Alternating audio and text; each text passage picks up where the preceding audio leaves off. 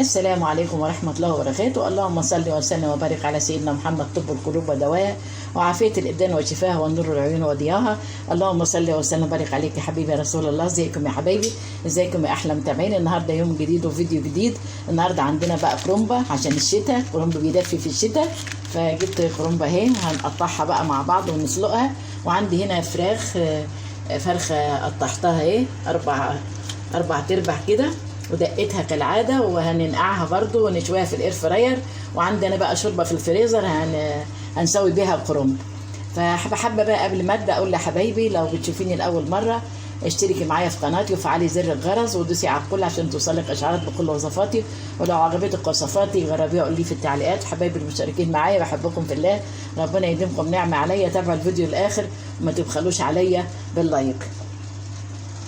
هنا بقى انا شبكت الطماطم، عصرت شفشق طماطم وحطيت صلصة وسبكت بقى الطماطم. وبعدين بقى هنا عندي جبت قرن فلفل حامي قطعته، وعندي بقى هنا بصلة كبيرة بشرتها، واغسل الخضرة بقى واقطعها وارجع لكم. تابعوني لاخر الفيديو ما تروحوش في اي حتة. هنا بقى عندي الخلطة اهي، الطماطم اتسبكت، هنزل عليها بقى بالتوابل. هنا عندي ملح وفلفل اسود وروري وحبان مطحونين على بعض، وعندي بابريكا، وعندي كمون وكزبره وتوابل 7 بهارات. هنزل بقى على الطماطم كده،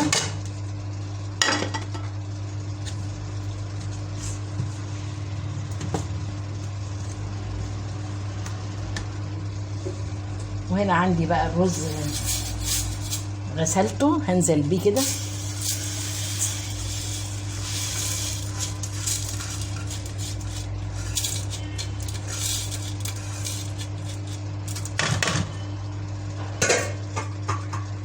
واقلب.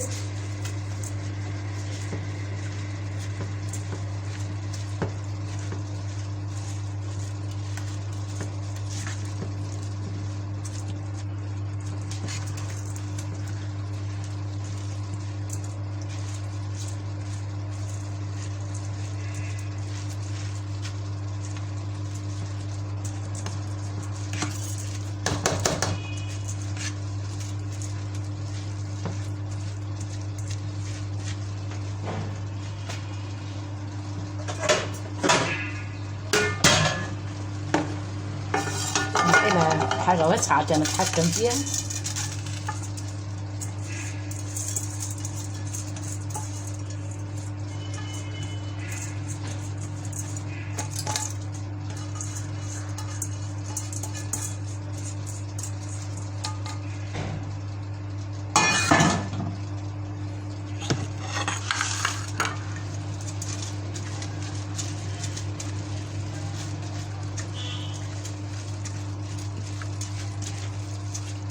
هنا بقى عندي قرن فلفل حامي اخضر قطعته،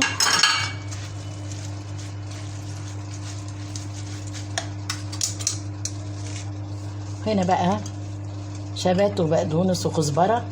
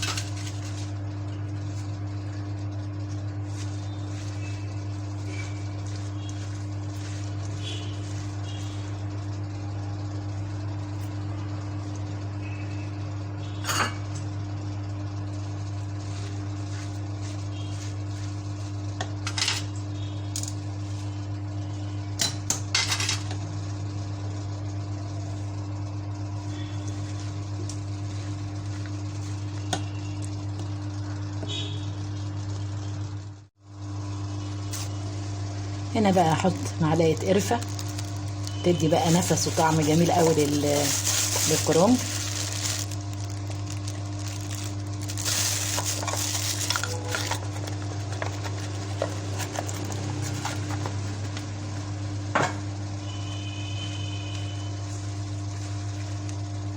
هقلب بقى الخلطه كده لما كل المكونات تندمج مع بعضها تشرب من بعضها، ودي احلى تتبيله تعمليها.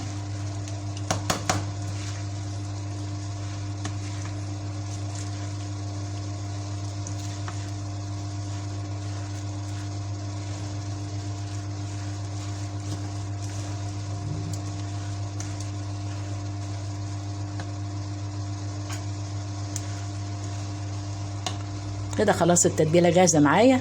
نقطع بقى الكرنبه ونسلقها. تابعوني لاخر الفيديو. هنا معلش بقى كنت ناسيه البصل، نزلت بيه في الاخر. هو البصل انا اصلا مخليه للاخر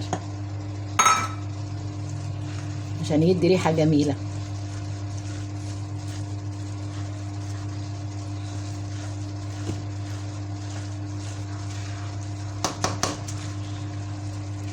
كل ما انزل بحاجه اقلب المكونات مع بعضها.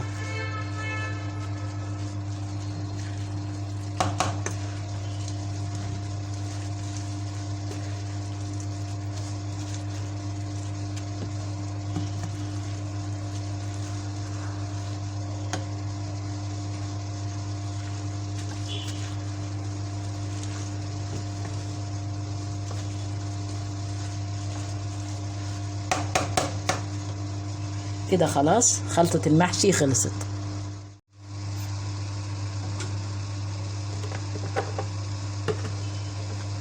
هنا بقى هنزل من الزيت كده على الخلطة.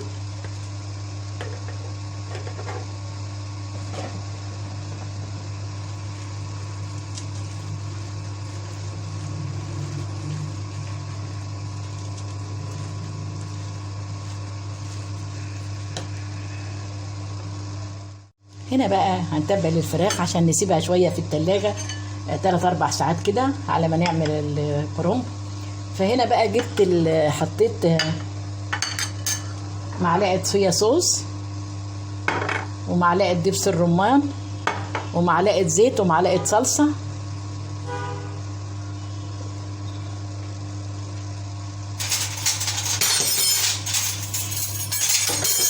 وهنزل بعصير ليمونتين،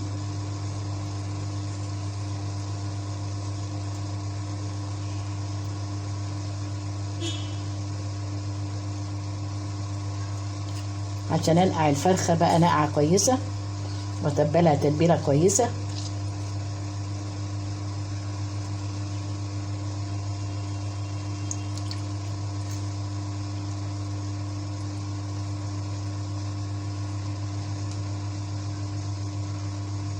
كل ما سبت الفراخ، ويا ريت كمان تبيتيها ليله يكون احسن.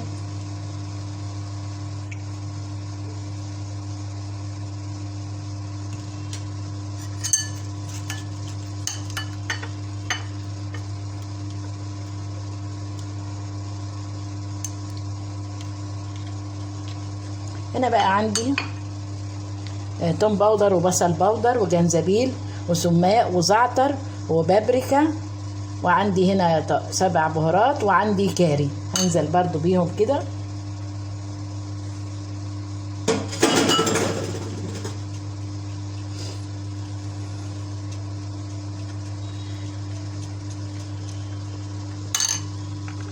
وهنزل بقى بالملح، حوالي معلقه كبيره ملح.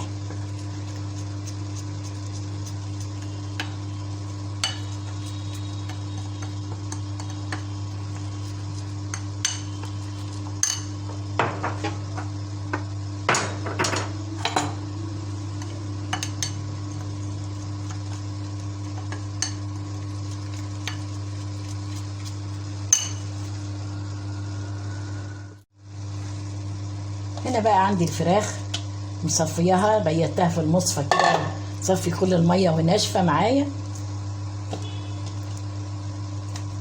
طبعا انا دقيتها كده عشان ايه لما بندقها الانسجه بتطرى وبتستوي معانا وبتبقى جميله قوي، ما بتاخدش وقت. اتبل بقى الفراخ.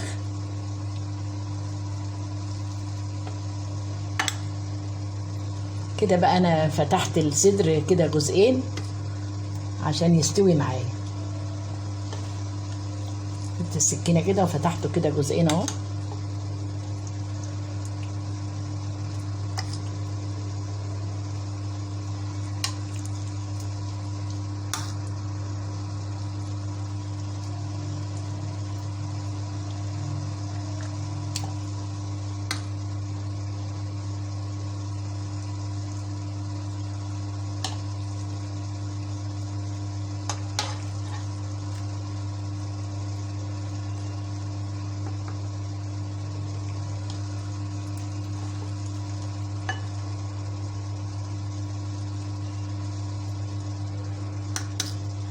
هدخل من تحت الجلد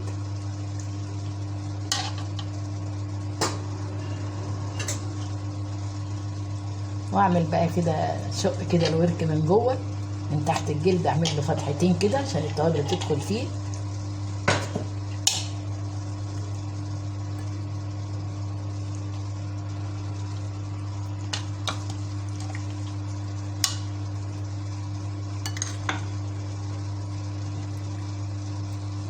اغطيه بقى بستريتش وادخله التلاجة.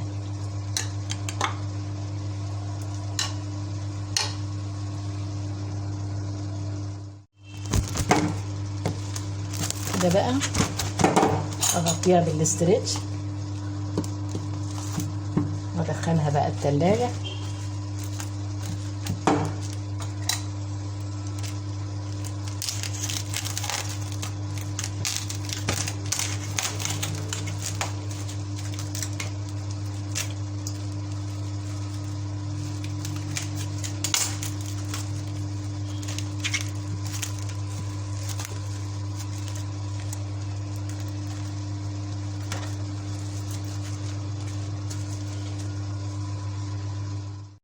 هنا حطيت حله على النار عشان اسلق الكرنب، وحطيت فيها ميه ومعلقه كمون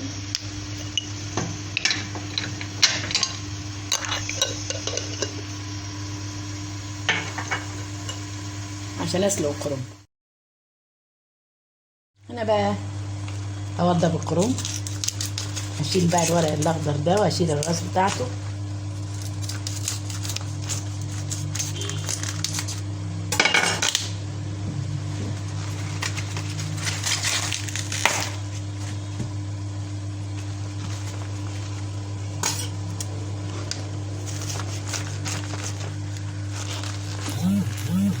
هنا راس الكرنب اهي شيلها.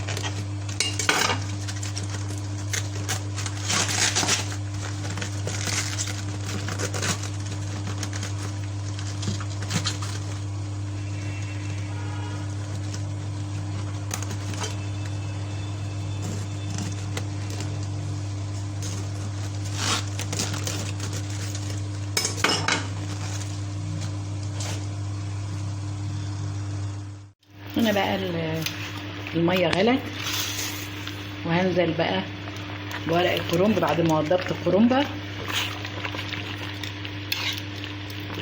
هي الكرنبه اهي، كل الورق بتاعها حطيته على صينيه كبيره جنبي.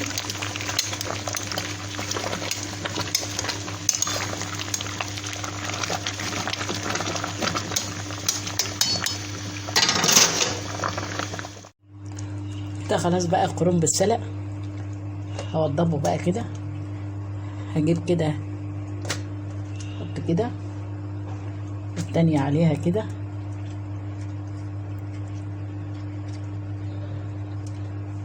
ونفرد كده ونساوي. واحدة كمان،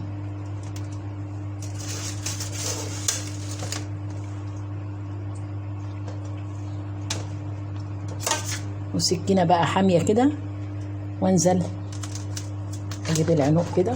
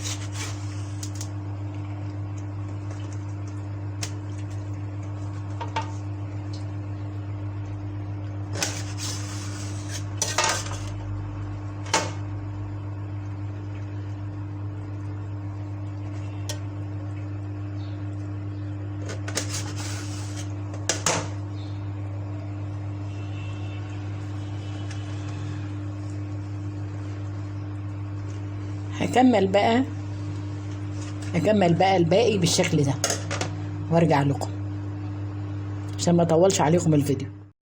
كده حلة الكرنب اهي لفيناها وملت الحلة اهي ما شاء الله. وهنا الشوربة طلعتها من الفريزر وسخنتها وغليتها. هنسقي بقى المحشي ونسويه ونرجع لكم.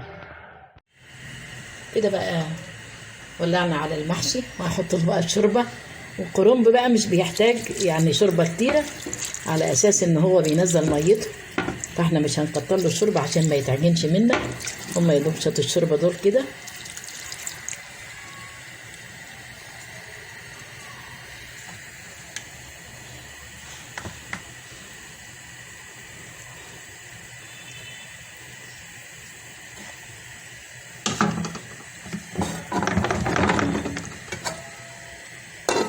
نغطي بقى الحلة ويغلي كده كام غلوة ونهدي عنه النار. هنا بقى الفراخ اتنقعت فترة كبيرة في التلاجة، وهنا جهزت بقى الاير فراير عشان نحط بقى فيها الفراخ.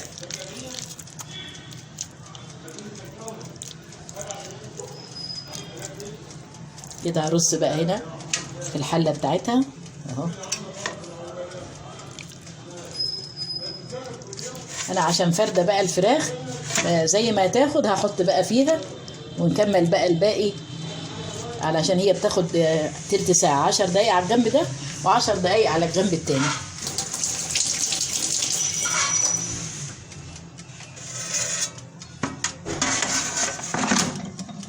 هنا بقى درجة الحرارة 200، وهنا التايمر على تلت ساعة.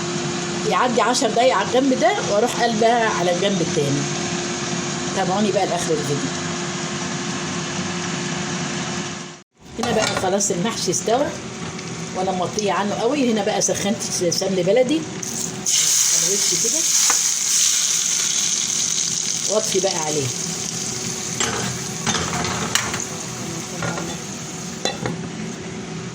كده عدى 10 دقايق الجنب ده كده.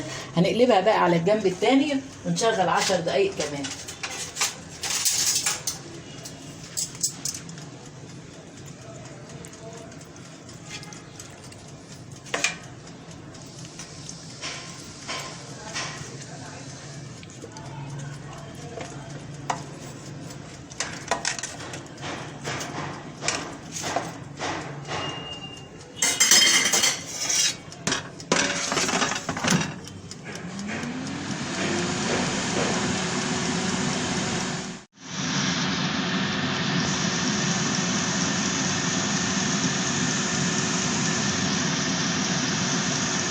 كده خلاص اهي. هنفتح بقى عليها، فاضل دقيقة وتفصل.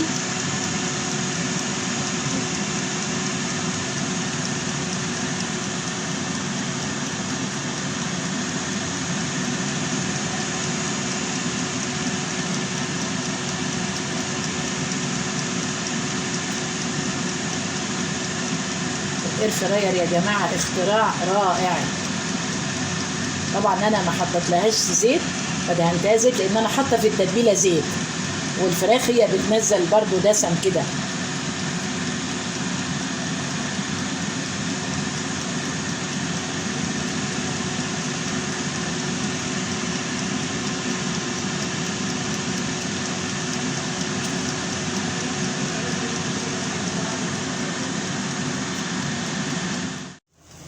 كده خلاص اهي، ده شكلها وطلعت واستوت من الجنبين.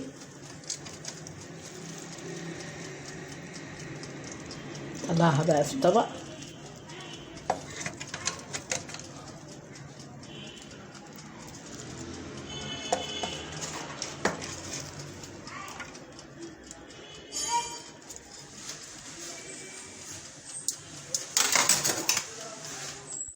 كده بقى هنحطها بقى في الحوض عشان نغسلها.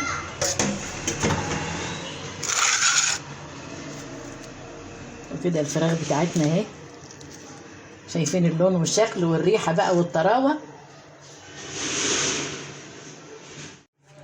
كده بقى الكرنب بتاعنا اهو، ريحته بقى كنت اتمنى ان انتوا تكونوا معانا، ريحته وطعمه في منتهى الروعه والجمال. وهنا ادي الفراخ وادي لونها وطريه بقى ومستويه بقى ودايبه دوب. شايفين شكل اللحم كده. وكده الفيديو بتاعنا النهارده انتهى، واتمنى لكم مشاهده ممتعه، وعلى اللقاء في وصفه جديده وفيديو جديد. وتحياتي من قناتي، وما تبخلوش عليا بقى باللايك. والسلام عليكم ورحمه الله وبركاته.